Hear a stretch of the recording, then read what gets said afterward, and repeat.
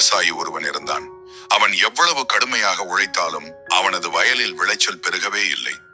விவசாயி கணக்கு பார்த்தால் உழக்கு கூட மிஞ்சாது என்ற பழமொழிப்படி பல ஆண்டுகளாக பாடுபட்டும் கூட அவன் வறுமையிலேயே வாடிக்கொண்டிருந்தான்.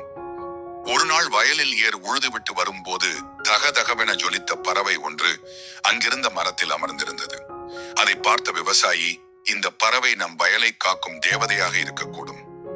இத்தனை நாள் நாம் இதை வணங்காமல் போனதால் தான் நம்முடைய வயலில் விளைச்சல் பெருகவில்லை. இன்று முதல் இதை நாம் வணங்குவோம் என்று தீர்மானித்தான். எனது வயலை காத்து வரும் தேவதையே, இவ்வளவு நாட்கள் உன்னை கவனிக்காமல் இருந்ததற்காக என்னை மன்னித்து விடு. உனக்கு என் வீட்டில் இருந்து பழங்கள் எடுத்து வந்துள்ளேன், சாப்பிட்டு என்னை ஆசீர்வதிப்பாயாக என்று கூறி பாத்திரத்தை வைத்துவிட்டு சென்றான் விவசாயி.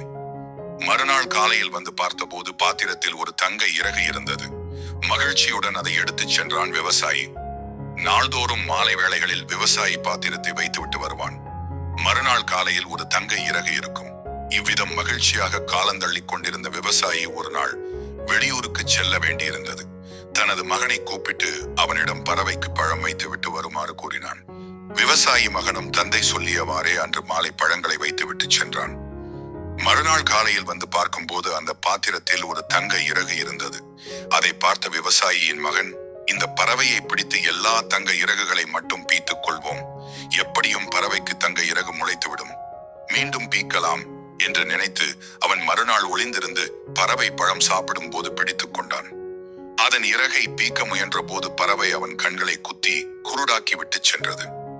விவசாயியின் மகன் பேராசையின் காரணமாக பார்வையற்றவனானான். கிடைப்பதை கொண்டு திருப்தி அடையணும், அளவுக்கு மீறினால் அமிர்தமும் நஞ்சுதான்.